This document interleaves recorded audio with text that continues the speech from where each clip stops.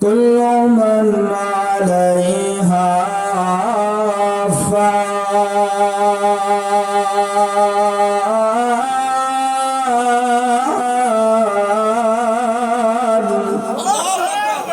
ঠিকানা জান্নাত কাদের আল্লাহ আরেক আয়াতে বলেন وأما من خاف مقام ربه ونهى النفس عن الهوى فإن الجنة هي المأوى আয়াতের মর্ম কথা আল্লাহ বলেন যারা আল্লাহর ভয়ে নফসের কুপ্রবৃত্তির অনুসরণ করে নাই অর্থাৎ যারা আল্লাহর ভয়ে সুদ খায় না ঘুষ খায় না চুরি করে না জিনা করে না ডাকাতি করে না রাহাজারি করে নাই যারা আল্লাহর ভয়ে এক কথায় আল্লাহ অপছন্দ করে আল্লাহ অসন্তুষ্ট হবে এমন কোন কাজ করে নাই আল্লাহ বলেন লোকটা গরিব হোক ধনী হোক রিকশাওয়ালা হোক কৃষক হোক যে হোক না কেন আল্লাহ বলেন ফাইন্নাল জান্নাতা হিয়াল মাওয়া এদের ঠিকানা হলো আল্লাহর জান্নাত فأما من طغى وآثر الحياة الدنيا فإن الجحيم هي المأوى আয়াতের মর্ম কথা হলো আল্লাহ বলেন দুনিয়াতে যারা সীমা লঙ্ঘন করবে দুনিয়াকে যারা প্রাধান্য দিবে আখিরাত থেকে আমি আমার ভাষায় কথাটা এইভাবে বলি দুনিয়াতে যারা সুদ খাবে ঘুষ খাবে চুরি করবে জিনা করবে পরের হক নষ্ট করবে বোনের ওয়ারিশ মাইরা খাবে আব্বা মারা যাওয়ার পরে ছোট ভাইকে ঠকায়া গাছের নিচে জায়গাটা দিবে আছে না নাই বলে বলেন এক কথায় যারা আল্লাহ এবং রাসূলের হুকুম অনুযায়ী জীবন যাপন করবে না এই লোকটা চাই বক্তা হোক আর শ্রোতা হোক চাই সাধারণ জনগণ হোক আর রাষ্ট্রপতি প্রধানমন্ত্রী হোক যেই হোক না কেন আল্লাহ বলেন ফাইন্নাল জাহিমা হিয়াল মাওয়া এদের ঠিকানা হলো আল্লাহর জাহান্নাম الحمد لله نحمده ونستعينه ونستغفره ونؤمن به ونتوكل عليه ومن سيئات أعمالنا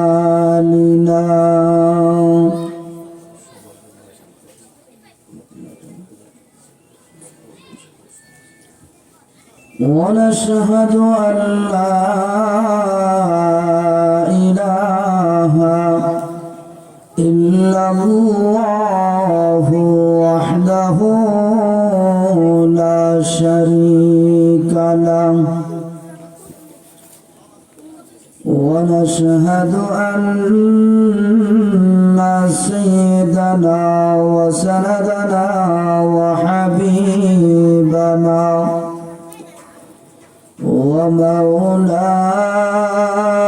ومولانا محمدا عبده ورسوله الذي أرسل إلى الناس كافة بشيرا ونذيرا وداعيا إلى الله بإذنه وسراجا وقمرا منيرا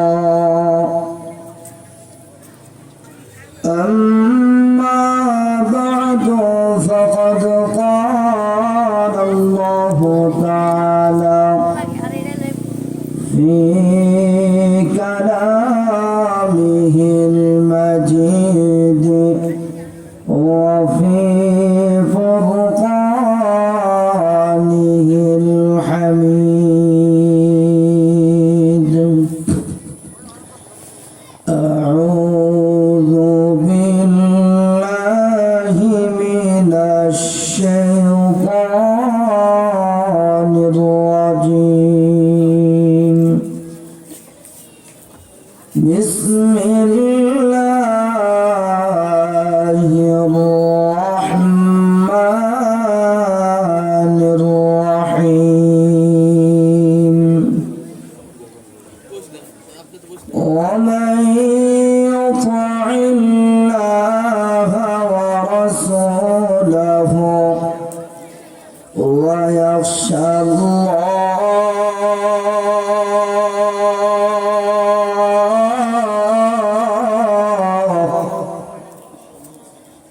ويتقه فأولئك هم الفائزون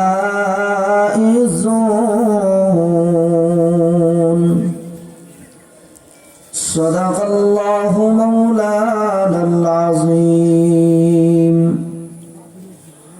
وقال صاحب القرآن صلى الله عليه وسلم من لعق القصعة استغفر له القصعة أو كما قال النبي عليه الصلاة والسلام وصدق رسوله النبي الأمين ونحن على ذلك لمن الشاهدين والشاكرين والحمد لله رب العالمين اللهم صل على محمد وعلى آل محمد كما صليت على إبراهيم وعلى آل إبراهيم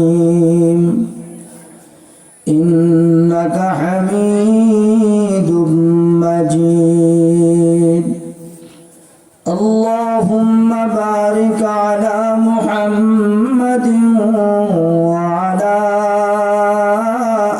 آل محمد كما باركت على إبراهيم وعلى آل إبراهيم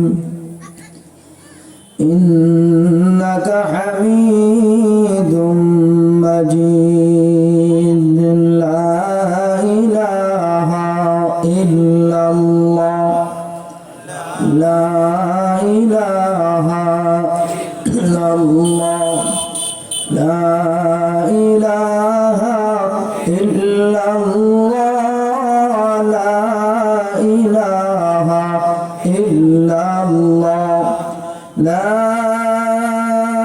إله إلا الله محمد رسول الله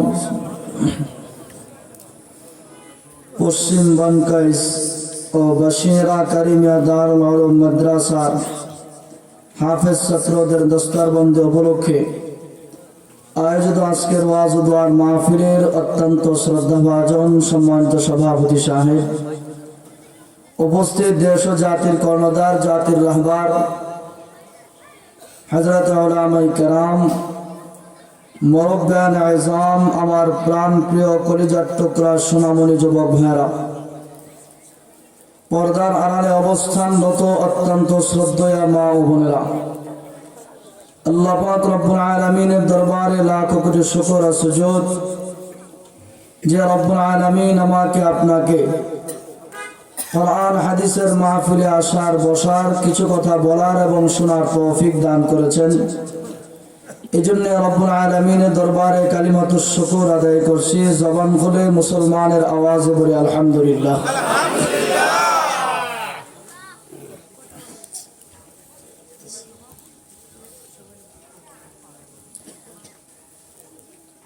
আল্লাহ পাকের অত্যন্ত মেহেরবানি যে আল্লাহ পাক রব্বুল আলামিন আমাকে আপনাকে দ্বীনের নিসবতে বসার, কিছু বলার, কিছু শোনার তৌফিক দান করেছেন। এটা সত্যি আল্লাহ তাআলার মেহেরবানি এবং দয়া মায়া। আজকের মাহফিলে যিনি প্রধান অতিথি আছেন, প্রধান বক্তা হিসাবে আছেন মুফতি ইলিয়াসুর রহমান জিহাদি সাহেব দামাত বরকাতুল আলিয়া। অনেক মাহফিলে অনেক সময় এমন হয় যে প্রধান বক্তা আসবে কি আসবে না এই পেরেশানিতে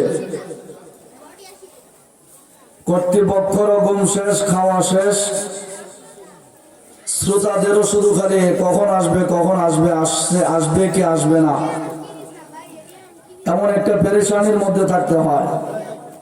তো আলহামদুলিল্লাহ আজকে আপনাদের প্রধান বক্তা যিনি আছেন ইতিমধ্যে আপনাদের মাদ্রাসায় অবস্থান করছেন, এমন কোন আশঙ্কা নেই যে উনি আসবে কি আসবে না।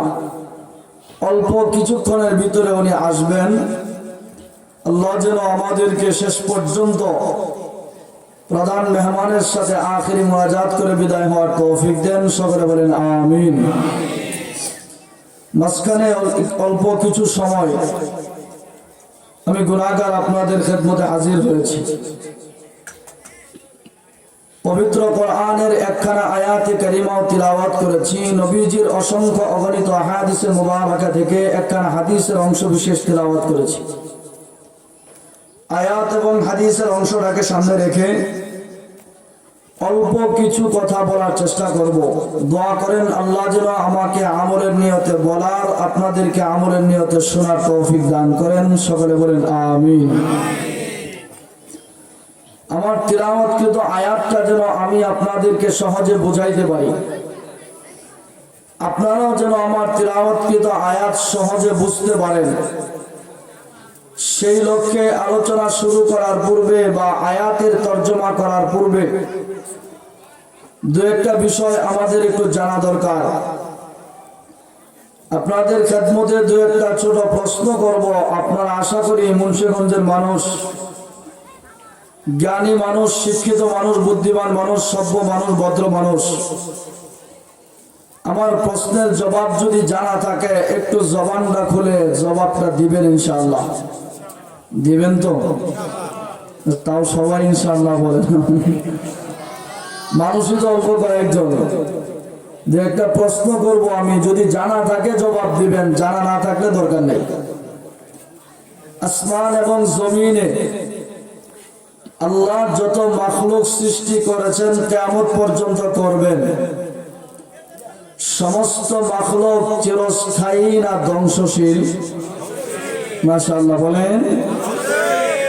সেটা একদিন আগে হোক অথবা পরে হোক, চলে যেতেই হবে। থাকার মতো সুযোগ কাহারা? আমি বক্তারও নাই, আপনারা যারা শ্রোতা আছেন আপনাদেরও থাকার সুযোগ নেই। আমি আর আপনি কেন, আমার দেশের দুই বড় বড় লেডিস বাহাদুর, তাদেরও সুযোগ নেই। কথা বলেন না কেন? তাদের সুযোগ আসেনি? এর চাইতেও আরো বড় বড় বাহাদুর ছিল, হয়তো আসবে। এক কথায় কাহারও থাকার মতো সুযোগ নাই, একদিন আগে অথবা পরে চলে যেতে হবে।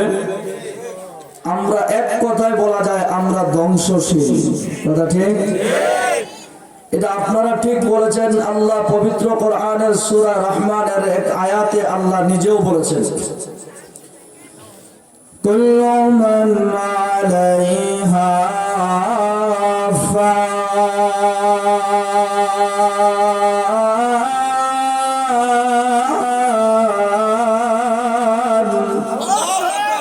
গোটা পৃথিবীতে যা আছে সব ধ্বংসশীল, একদিন আগে অথবা পরে চলে যেতেই হবে।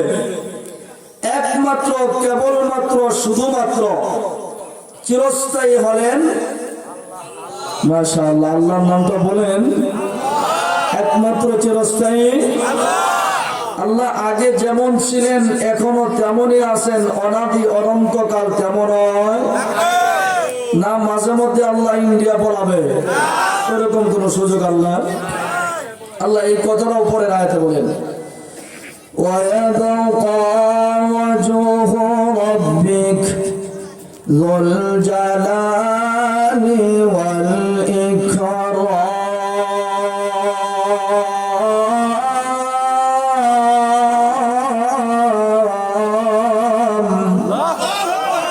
একমাত্র চিরস্থায়ী হলেন আল্লাহ। আল্লাহর কোনো মরণ নাই। আর বাকি আমরা যারা আছি একদিন আগে পরে চলে যেতে। মুহতারাম হাজরিন, সময় একেবারেই কম, কথা অনেক বেশি। এই জন্য সংক্ষেপে বলতে হবে, আপনারা জ্ঞানী মানুষ বুঝে নেবেন। আমাদের চলে যেতেই হবে। সংক্ষেপে প্রশ্ন করতে চাই, আমরা যে চলে যাব কোথায়? আজকের মাহফিল শেষ হওয়ার পরে প্রত্যেকেরই একটা গন্তব্য আছে, ঠিকানা আছে। দুনিয়া থেকে চলে যাওয়ার পরে আমাদের ঠিকানা কোথায়? যে কবরে। কেউ কবর, কেউ জান্নাত না। আমাদের আসল চূড়ান্ত ঠিকানা হয়তো জান্নাত, না হয় জাহান্নাম, দুটার একটা। কবর আমাদের চূড়ান্ত ঠিকানা না, আল্লাহ উঠায় ফেলবে আবার। হাসরের ময়দানেও চূড়ান্ত ঠিকানা না। আমাদের চূড়ান্ত ঠিকানা হলো হয়তো জান্নাত, না হয় জাহান্নাম। কিন্তু এখন কি আমরা কেউ বলতে পারবো কার ঠিকানা জান্নাত, কারটা জাহান্নাম? যদি কাউকে আমি বলি যে ভাই আপনার ঠিকানা জাহান্নাম, কষ্ট পাবে না? কিন্তু আল্লাহ পবিত্র কোরআনে আমার ঠিকানাও লিখেছেন, আপনাদের ঠিকানাটাও লিখে দিয়েছেন। কোরআনের ভিতরে আপনাদের এলাকার চেয়ারম্যান মেম্বার সবের ঠিকানাও আছে। আমার দেশে যারা বর্তমান ক্ষমতায় আছে তাদের ঠিকানাও আছে, যারা সাবেক ছিল তাদেরও আছে, যারা খেলতে চাইছে তাদেরও আছে, যারা আমাদেরকে হাত করা পড়াইছিল তাদেরও আছে। যারা বলেন আছে না নাই? কিয়ামত পর্যন্ত যত মানুষ আসবে প্রত্যেকটা মানুষের ঠিকানা আল্লাহ কোরআন শরীফে লিখে দিয়েছেন। তা আমরা একে অপরকে জাহান্নামী জান্নাতি না বলে কোরআনের আয়াতের মাধ্যমে যদি আমাদের ঠিকানাটা একটু বের করে রাগ করবেন আপনারা। আয়াত শুনলে আপনি নিজেই বুঝবেন যে আপনার ঠিকানা কোথায়। আমি নিজে বুঝবো আমারটা কোথায়। একজন আরেকজনকে বলতে হবে না, নিজেরটা নিজে আল্লাহ নিজে বলে। فَأَمَّا مَنْ طَغَى وَآثَرَ الْحَيَاةَ الدُّنْيَا فَإِنَّ الْجَحِيمَ هِيَ الْمَأْوَى। আয়াতের মর্ম কথা হলো, আল্লাহ বলেন দুনিয়াতে যারা সীমা লঙ্ঘন করবে, দুনিয়াকে যারা প্রাধান্য দিবে আখিরাত থেকে, আমি আমার ভাষায় কথাটা এইভাবে বলি, দুনিয়াতে যারা সুদ খাবে, ঘুষ খাবে, চুরি করবে, জিনা করবে, পরের হক নষ্ট করবে, বোনের ওয়ারিশ মাইরা খাবে, আব্বা মারা যাওয়ার পরে ছোট ভাইকে ঠকায়া গাছের নিচে জায়গাটা দিবে, আছে না নাই? এক কথায় যারা আল্লাহ এবং রাসূলের হুকুম অনুযায়ী জীবন যাপন করবে না, এই লোকটা চাই বক্তা হোক আর শ্রোতা হোক, চাই সাধারণ জনগণ হোক আর রাষ্ট্রপতি প্রধানমন্ত্রী হোক, যেই হোক না কেন, আল্লাহ বলেন ফাইন্নাল জাহিমা হিয়াল মাওয়া, এদের ঠিকানা হলো আল্লাহর জাহান্নাম। ওলামায়ে কেরামের কাছে জিজ্ঞাসা করে দেখবেন, মাওয়া শব্দের অর্থ ঠিকানা, এদের ঠিকানা কোথায়? বুঝে থাকলে জবাব দেন। যারা সুদ খায় তাদের ঠিকানা? মুন্সিগঞ্জের মানুষের সুদ খায় না, শুধু মুন্সিগঞ্জ না, গোটা বাংলাদেশ সুদ আর ঘুষের এই মহামারী এমন রূপ ধারণ করছে, এটার ওয়াজ করা মুশকিল। ওয়াজ করলে বক্তারে টাকা দিতে চায় না, বুঝলেন নাই? আর মসজিদের ইমাম যদি সুদ আর ঘুষের ওয়াজ সাইজ করে পারে, ইমামের চাকরি হওয়ার আসরের পরে থাকে না। কথা বলেন, ঠিক বললাম কিনা? কষ্ট নিয়েন না, সুদ আর ঘুষের ওয়াজ দিলে ইমামের চাকরি যায়, কারণ ওই যে যারা পরিচালনা করে মোটামুটি বসে রয়েছে, রাতারাতি আঙ্গুল বলেছে বিকলা ঘাস, মোটা হারাম ফুটি বসে রয়েছে। ঠিক তো বলেন আপনারা মাহফিলে, কিন্তু মোটামুটিরে বসাইছি তো আমি আর আপনি। যখন মসজিদ, কষ্ট পাবেন, মসজিদ মাদ্রাসার কমিটি যখন আমরা বানাই, আমরা দেখি কোনটার মোটার টেহা আছে। সুদের টাকা না, ঘুষের টাকা না, গম চুরি, চাল চুরি আর কম্বল চুরির টাকা, ওটা আমরা টাকা দেখি না। না, কথা বলেন ঠিক কিনা? অথচ মসজিদ মাদ্রাসার কমিটি বানানোর ক্ষেত্রে আমার দরকার ছিল খেয়াল করা এই সমাজের সবচেয়ে ভালো নামাজিকে দিনদারকে তাকে বানানো। বানাবো কেমনে, বেচারা গরিব, কমিটি দূরের কথা, ভালো একটা দাওয়াতও ভালো প্লেটও দেয় না। কথা ঠিক বললাম? আল্লাহ বুঝার তৌফিক দান করেন। হারাম করে অভাব নাই। আমি যদি বলি, আমি জানি আপনারা কষ্ট পাবেন আর সময়ও কম, এদিকে বলবো না, কিন্তু একটা কথা বলতেই হয়, হারাম খুরদের যখন হারাম টাকা থাকে তখন তাদের ভাবও একটু থাকে অন্যরকম। বড় বড় বল কেউ খাওয়া ভাবও থাকে। মানুষও দেখলে সার ইসলাম আলাইকুম বলে সালাম আর কেউ দেয়, সালাম দেয় না। সালাম আর কি দেয়? সালাম আর কি এক জিনিস, সালাম আর এক জিনিস। সালাম আর কি দেয়, আর মাঝে মধ্যে হারাম খুরেরা ফুলে। তো দেখছনি মুন্সিগঞ্জের কোন স্কুলের বারান্দা জীবনেও গেছি না, ক খ গ জানি না, কিন্তু মানুষ আমার সার ডাকে, কি ইজ্জত, খুব ফুলে। আমি জানতে চাই, এই সারের যখন হাসরের ময়দানে আল্লাহ জাহান্নামের আগুনে দিবে, জাহান্নামী বলে ঘোষণা করবে, কি পরিমাণ সার ভরে নিবে। সালাম কালাম করে নিয়ে যেত না, কথা বুঝেন না? ফেরেশতারা সালাম কালাম করে বলতো না, স্যার আপনি মুন্সিগঞ্জের সবচেয়ে বড় সুদখোর, চলেন স্যার আপনার জন্য 5 গাড়িটা রেডি আছে, বলবে না? জয়গণ আদর যত্ন করে নিয়ে যাবে তো মনে হয়। কিভাবে নিবে? আল্লাহ কি বলে শুনেন, وَسِيقَ الَّذِينَ كَفَرُوا إِلَى جَهَنَّمَ زُمَرًا।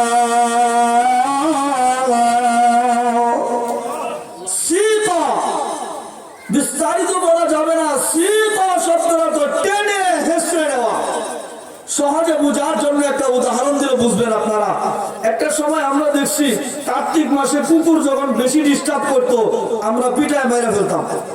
তখন ছোট ছোট বাচ্চারা কি করতো, এই মরা কুত্তার গলার মধ্যে হয়তো একটা কলা গাছের ফেট দেওয়া, সিনেন্ডি ফেট দেওয়া, কি কলা আপনারা জানি না, হাত দেওয়া, বাট দেওয়া, আচ্ছা যা বুঝছেন তো বিষয়টা।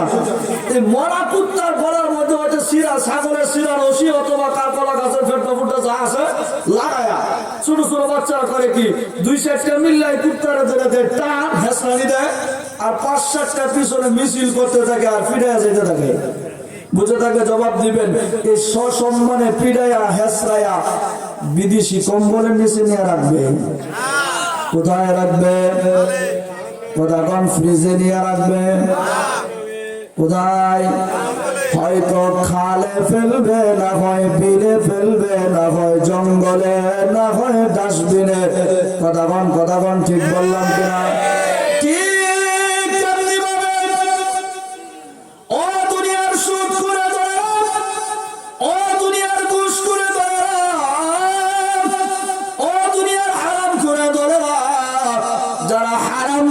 ভিতরে মজা পেয়েছেন, স্বাদ পেয়েছেন, বড় মজা লাগে সুদের টাকা, বড় মজা লাগে টেবিলের নিচ দিয়ে নেওয়া টাকা, বড় মজা লাগে বোনের ওয়ারিশ মায়েরা খাওয়ার টাকা, বড় মজা লাগে জমি দখল করে খাওয়ার টাকা, বড় মজা লাগে বিধবা মহিলার কাঠ মায়েরা খাওয়ার টাকা। মনে রেখে দিয়েন, মজা তো দুনিয়ার জমিনে, কিয়ামতের কঠিন ময়দানে আল্লাহর আদালতে যখন জাহান্নামী বলে ঘোষণা করা হবে, জাহান্নামের ফেরেশতারা জাহান্নামের শিকল নামক ফেটনা করার মধ্যে লাগাইয়া মরা কুত্তার মতো টেনে ফেসরে ফেসরে জাহান্নামে ফেলে দিবে। আওয়াজ দিয়ে বলেন নাউযুবিল্লাহ। সম্মান বাড়বে না কমবে? কি পরিমাণ কমবে এটা বলার ভাষা সময়ও নাই, ভাষাও নাই। তবে একটু কথা বলতে মন চাইতেছে, আপনারা রাগ করেন কিনা? আমারই দিয়ে বলি, আপনাদের জবাব, আপনাদের এই মুন্সিগঞ্জে বিয়া শাদী হয়? বুড়াটি কয় খালি, জন্ডি কয় না, বিয়া করে না। বিয়ের অনুষ্ঠানে আমরা মানুষ দাওয়াত দেই, কুত্তা বিড়াল দাওয়াত দেই কেউ? কিন্তু কুত্তা এত বেহায়া, এত নির্লজ্জ, দাওয়াত সারা হ্যাঁ আগে ভাগে এসে রেডি, আর আসার পরে যদি একটু চেয়ারে বসে একটু চা পান খেয়ে বিশ্রাম নিত, টাইম নাই, আইসা ডাইরেক্ট গোস্তের ভাতিল তালাশ করে। কথা ঠিক না? বেহায়াত। তখন আমাদের দেশের পোলাপান কি করে, কুত্তারে দেয় পিঠা, দেয় বাড়ি কোমর ভেঙে ফেলা। যখন পিঠা দেয় কুত্তা করে ঘেউ ঘেউ করে দৌড়া, দৌড়ে কিছু দূর যায়, আবার পিছনে দেখে যে আসে না কিছু নাই, আবার আসে। আর বেহায়াত, শরম নাই, পিঠা দৌড়াইছে, ঘেউ ঘেউ করে চলে গেছে, আবার আসে, আবার আসে, বারবার আসে। তখন আমাদের দেশের মুরব্বীরা দেখবেন বলে, কি শুরু করছস তোরা?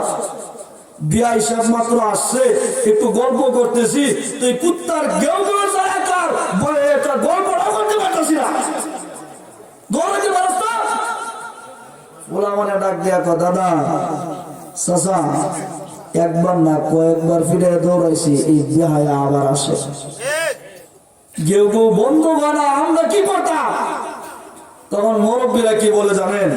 মুরব্বীদের তো বুদ্ধি ভালো, তো ব্যাক কলের দল, কলেজ ভার্সিটিতে পড়ছো তো, খাতা কলমে শিক্ষিত, বুদ্ধি তো নাই তোরা, তো কি করতাম? তো এইভাবে পিটাইলে ঘেউ ঘেউ বন্ধ হইব, তো কি করতাম? তো তোরা খাওয়ার পরে কিছু হাড্ডি আছে না, দু একটা হাড্ডি কুত্তার মুখে ধরাইয়া দে, অটোমেটিক কুত্তার মুখ বন্ধ হয়ে যাবে, আর ঘেউ ঘেউ করতো না। মুরব্বীদের পরামর্শ ঠিক আছে না? রাগ করতেছেন আপনারা? আমাদের সমাজের ভিতরে কিছু মাতাব্বরের বিচারক আছে, কিছু নেতা নেত্রী আর কিছু লিডার আছে, এমন আছে যারা মাঝে মধ্যে ঘেউ ঘেউ শুরু করে, থান করেনগে তান করেনগে, এই করব সেই করব, অনেক কিছুই করে ফেলবে। এদের পকেটের ভিতরে যখন টাকা নামক হাড্ডিটা ঢুকায়া দেওয়া যায়, এদের জবানটাও কুকুরের মতো বন্ধ হয়ে যায়। আল্লাহ বুঝার তৌফিক দান করেন। আপনাদেরকে দিয়ে বলা দরকার নাই, কষ্ট পাবেন। এই যে মুরব্বী বুড়া মানুষ, ওনার শক্তি বেশি না আমার, পারবেন চাচা আমার সাথে মারামারি করে? পারবো? পারার কথা না। ধরেন আমি চিনি না, উনি আপনাদের এলাকায় কথা কথা এসব নামাজ পড়া তসবিহ একটা হাতে নিয়ে এই রাস্তা দিয়ে যাইতেছে জিকির করতে করতে, ভালো কাজ করে যেতেছে না খারাপ কাজ? নিঃসন্দেহে ভালো কাজ, মানুষও ভালো। তো আমার তো বলো, আমার মানুষ একটু খেলাটা দেখে অভ্যাস, এই জোয়ানরা ঠান্ডা পেলে খেলা টেলা দেখে অভ্যাস। খেলা দেখলে নিজের দল যদি জিতে যায়, আমরা দেশের জোয়ান ফলাফান্ডে কি করে, লঙ্গি খুললে নাচবো না থয়ে নাচবো, এটা টের পায় না। কথা বাস্তব বললাম না? অবাস্তব? মুরব্বী যখন নামাজ পড়ে জিকির করে করে যায়, খেলা দেখছে আমার দল তো জিতে গেছে, যখন জিতছে তখন যে কেমনে নাচ একটা দিছি, এসকের কেসায় দৌড় মাইরা মুরব্বীর কোনি একটা মাইরা রাস্তা নিচে বাড়াই দিছি। মারি নাই কিন্তু, দোষ কি ওনার না আমার? কথা বল আমার।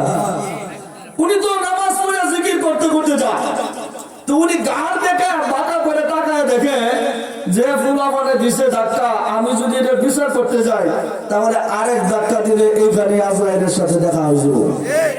দরকার নাই, উনি যে এলাকার মাতাব্বরের কাছে বিচার দিচ্ছে। মাতাব্বরে বলেন কি, এত বড় সাহস আব্দুল্লাহ আনসারী, এত বড় বদমাশ, আপনি মুরব্বীরে ধাক্কা মারে, আমরা সবাই সম্মান করি, আপনাদের ধাক্কা মারছে, আচ্ছা কালকে 10টার সময় থাকেন, আড্ডি ঘোরা করে লাগবে। মুরব্বী খুশি না? আমি যখন খবর পাইছি আমার তো অবস্থা খারাপ, আমি কোনো কিছু না পাইয়া বন্ধু ভাইজিদের সাথে পরামর্শ করছি, আপনাদের হুজুর একই সাথে পড়াশোনা করছি, বন্ধু মানুষ ভাইজিদের ভাই দুস্থ কাজ তো করে ফেলছি, মুরব্বীরা ধাক্কা মারছিলাম এসকের কেসা, এখন তো মুরব্বী যে বিচার দিয়ে বসবে এটা তো জানি না কি করা। হ্যাঁ আমার কি করে জানেন, এটা একটা বিষয়, আমারে কালকে 10টায় ফিরে আড্ডি ঘোরা করে নেবো, হ্যাঁ কয় কোনো বিষয় সংসদী অবস্থা না, এটা বন্ধুর পরিচয়। কয় বিচারের আগে মাতাব্বরের সাথে একটু দেখা করে যায়, বুঝেননি এটা কোন দেখা? আমি হিসাব নিকাশ মিলাইছি, খুব কষ্ট নেবেন না, আমি ওই মাতাব্বরের কথা বলি না। কোন মাতাব্বর যদি ন্যায় বিচার করে, হাসরের ময়দানে আল্লাহর আরশের ছায়া নিচে তার জন্য জায়গা আছে। সুবহানাল্লাহ, জোরে বলেন সুবহানাল্লাহ। যদি ন্যায় আমি বলতেছি যার হাড্ডি ছাড়া চলে না তার কথা, না কষ্ট পাবেন আপনারা? আমি চিন্তা করছি সারাদিন ব্যস্ত থাকে, রাত্রে 3টার সময় ডাক দিছি, মাতাব্বর সাহেব কেডারে? আব্দুল্লাহ আনসারী। যে নামটা শুনছে বুঝা লাইছে কে আসছে কেন। যখন বুঝছে আস্তে আস্তে চোখটারে কসলানি দেয়, কসলানি দিয়ে আস্তে আস্তে দরজাটা খুলছে। খুলে যে আমার চেহারা দেখছে বাঘের মতো খেয়েছে, বদমাশ মুরব্বি যারা যারা জবাব করো করে মারো, সাহসটা কত বড় হয়েছে কালকে 10টায় খাইবো আড্ডি বুড়ো করে আনবো। মনে হইতেছে আমার এখনই খাইলে, কথা বুঝেন নাই? আমিও তো বুঝতেছি ঘটনাটা কি। আস্তে করে পহড়া দিচ্ছে, মাথা বসা রাইখা দেন, নিজ দিয়ে দিছি আর কি, সিস্টেম আছে, যাওয়ার সিস্টেমও কিন্তু আছে, নিজ দিয়ে দিছি। এটার আপনাদের অঞ্চলের ভাষায় কি বলেন? যে উনি নিজ দিয়াই ধরছে, নিতে নিতে অভ্যাস হয়ে গেছে, তো এখন আর বন্যা দেখা লাগে না, ধরলেই বুঝতে পারে এটা কত টাকার বান্ডিল। বুঝা লাগছে 20-এর নিচে হবে না।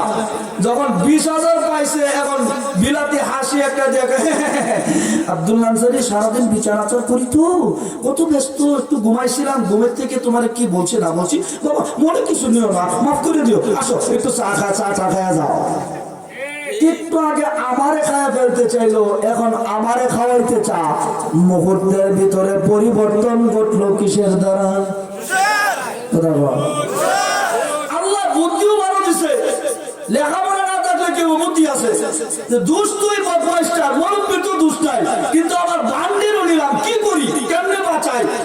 10টার বিচারে বসে বিসমিল্লাহ মুরব্বিরে ধরে রয়েছে, প্রথম কেঁচাই ধরে রয়েছে মুরব্বিরে। কেমনে? কিচ্ছু বুঝে না, ফুলাফানে খেলা দেখা এই রাস্তা দিয়ে দৌড়াদৌড়ি করবো, আমনে মরবার লাগে এই রাস্তায় গেছেন। দোষ কেউ না, আর একটু জোরে কর। দোষী তো আমি ছিলাম, নির্দোষী ছিল মুরব্বি, কিন্তু বিচারে বসে নির্দোষী বানাইলো আমাকে, তাকে বা মুরব্বিকে বানালো দোষী। মুহূর্তের ভিতরে সত্য কথা বলা থেকে জবানটা বন্ধ হইল কিসের দ্বারা? আর একটু জোরে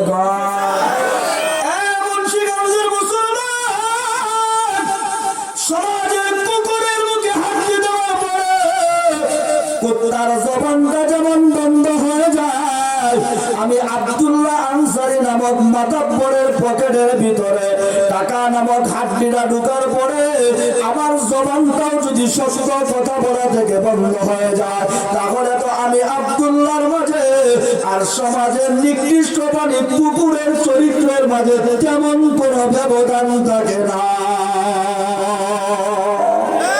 তেমন কোনো ব্যবধান থাকে না। অথচ আমি তো শ্রেষ্ঠ মাখলুক, আমার চরিত্র তো কুত্তার চরিত্র হওয়ার কথা না, আমার চরিত্র হবে মুহাম্মদুর রাসূলুল্লাহ চরিত্র। কথা কোন ঠিক কিনা?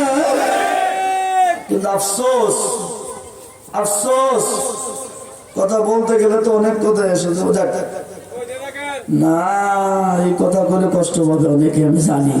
এই জন্য আমার মুহতারাম ভাই, হারাম সারেন, মুহাম্মদুর রাসূলুল্লাহ চরিত্র ঢুকান, হাসরের ময়দানে মুক্তি পাবেন।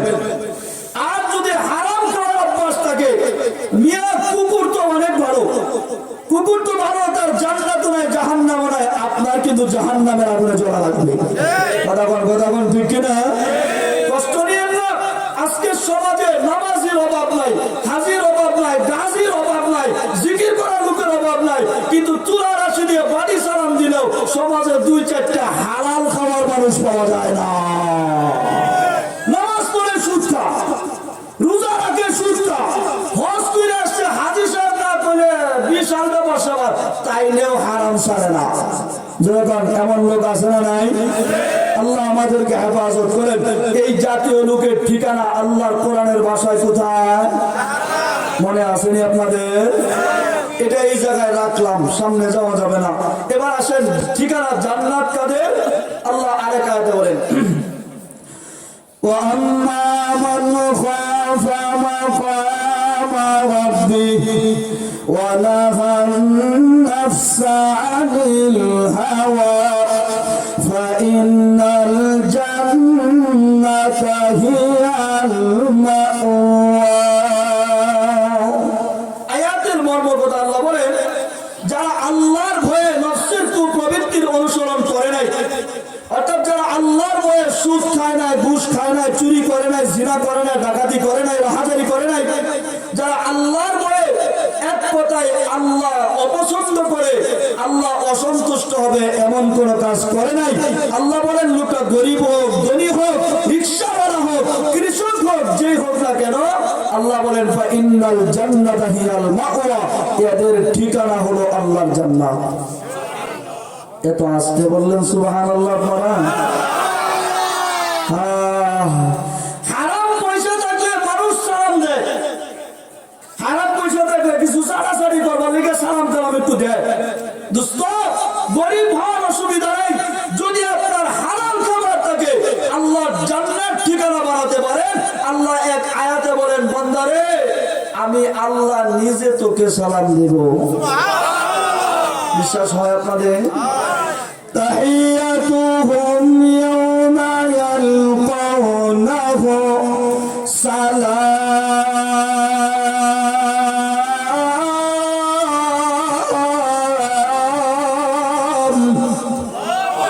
আরেকটু জবান করে বলেন আল্লাহু আকবার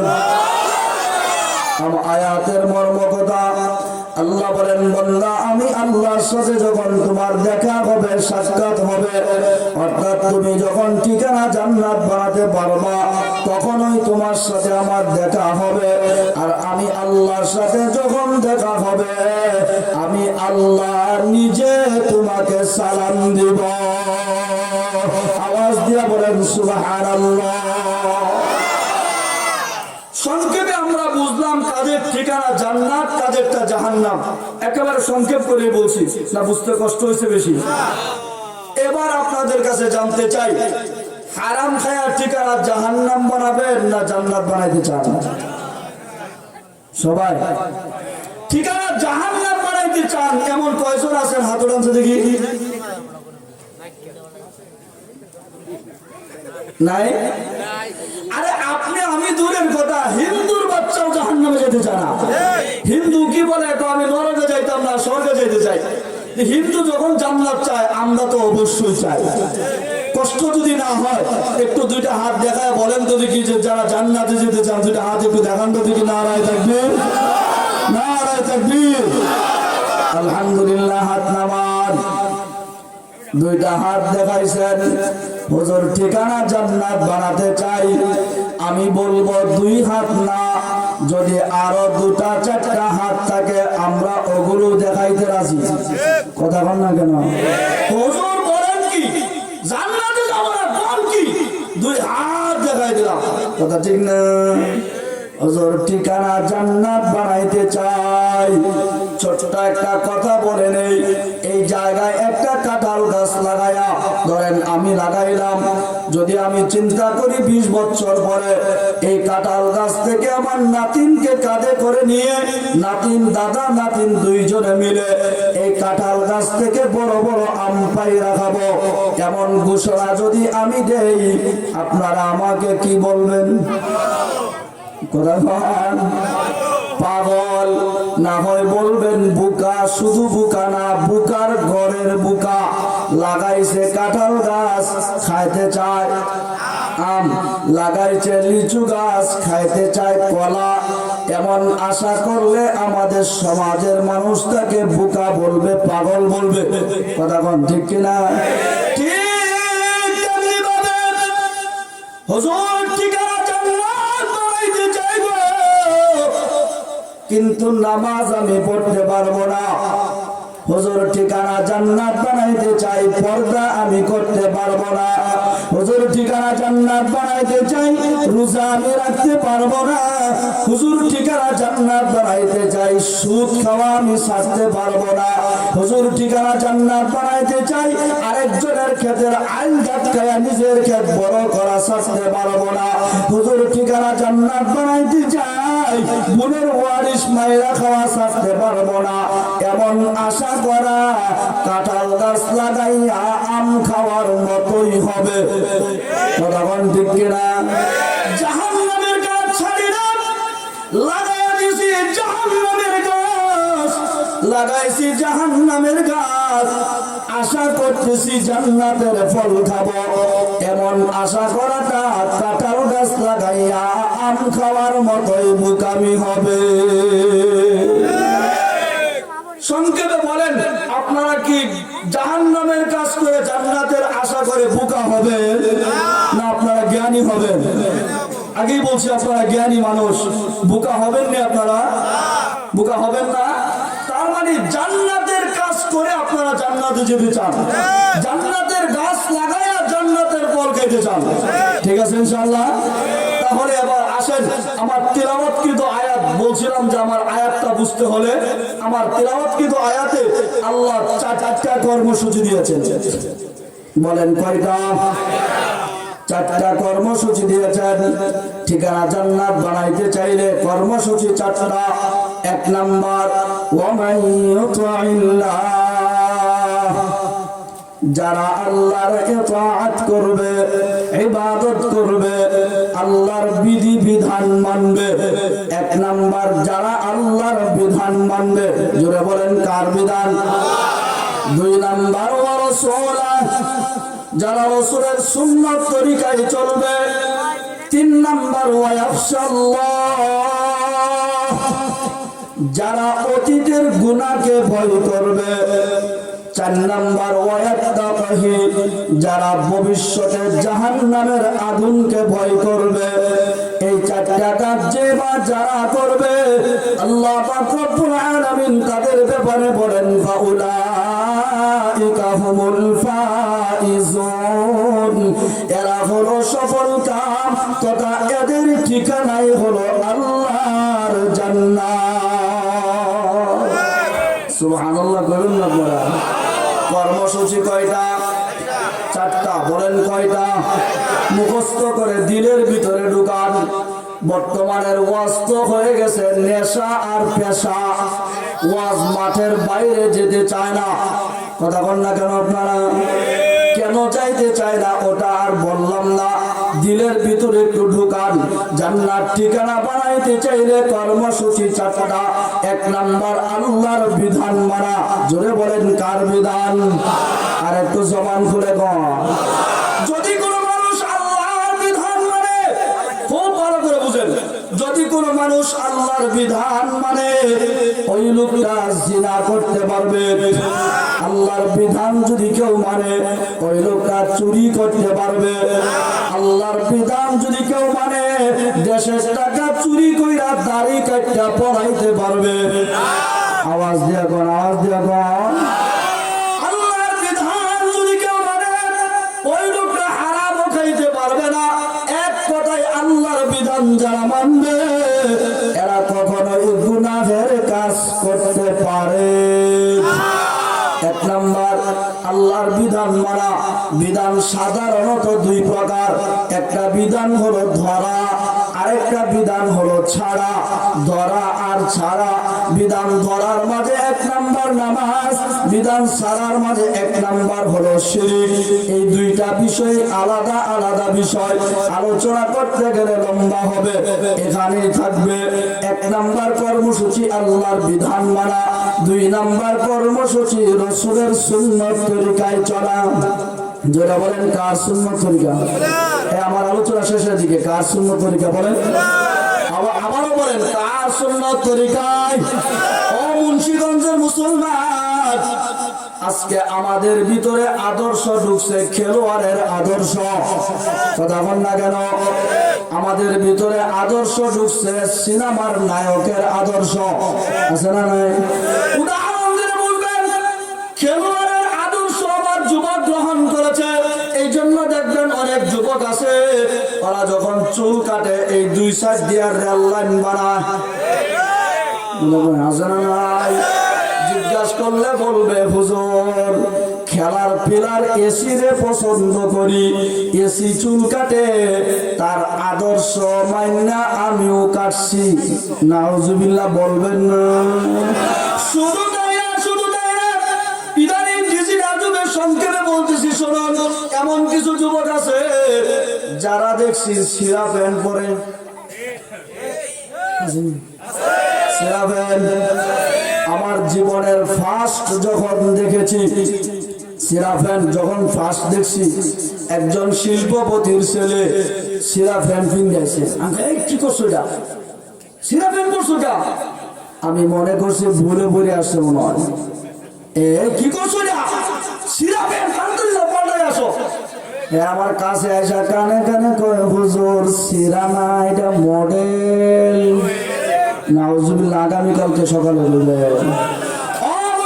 আমি জানতে চাই সিরা কাপড় পরা যদি মডেল হয়, তাহলে কুত্তায় তো কাপড়ই পরে না, এত বড় মডেলিং। তুমি সিরাটার দরকার কি? পুরাটাই খুললে আলাও। কথা বল, কষ্ট পাইতেছেন?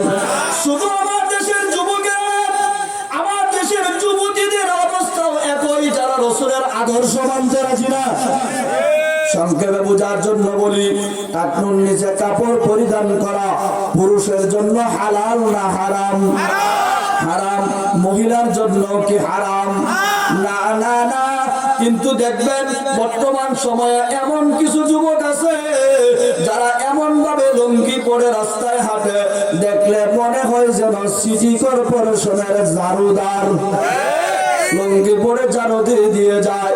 আবার যেখানে মহিলাদের পড়ার কথা টাকনুর নিচে, আমার মা বোনেরা একটার কথা বলি, প্লাজো বানায়। প্লাজো চিনেন নিয়ম প্লাজো আছে না একটা?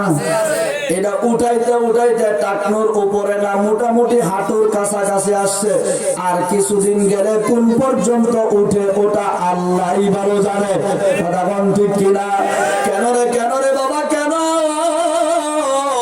কারণ হইল মা বোনেরা আদর্শ গ্রহণ করেছে স্টার জলসা আর জি বাংলার, আমার যুবক গ্রহণ করেছে খেলোয়াড়ের আর সিনেমার নায়কের।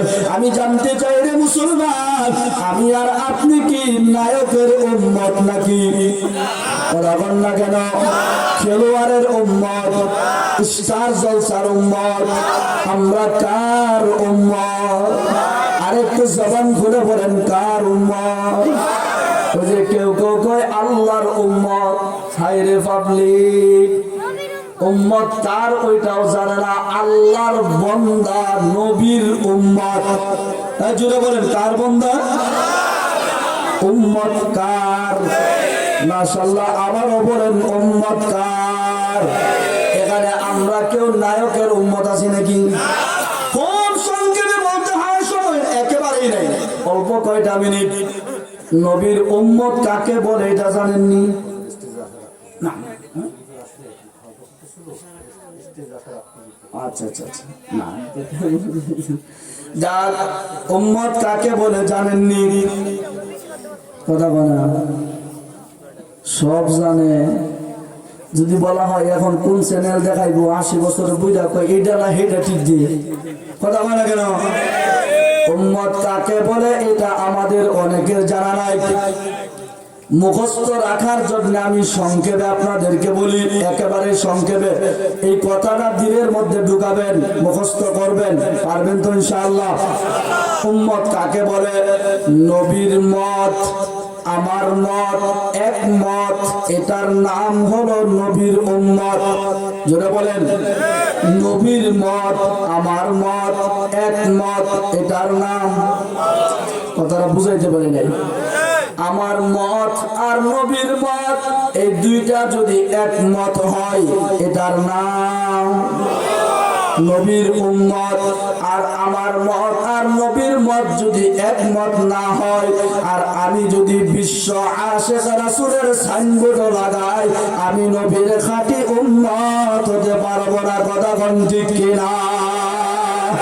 আমাদের দেশের ভিতরে নবীর খাঁটি উম্মত কম পাওয়া যায়, কিন্তু সাইনবোর্ড উম্মতের অভাব নাই। সাইনবোর্ড লাগাইছে বিশ্ব আশিক রাসূল, তাকায় দেখি মুখের মধ্যে দাড়ি সাচ্চা বারান্দা নিয়ে বাজায়া দিছে। যেরকম আজরা নাই, মুখে সাইনবোর্ড লাগাইছে বিশ্ব আশিক রাসূল, ভিতরে যায় দেখা যায় বেড়া বেড়ি সব একটা। কথা বলেন না? আমি কি বলছিলাম?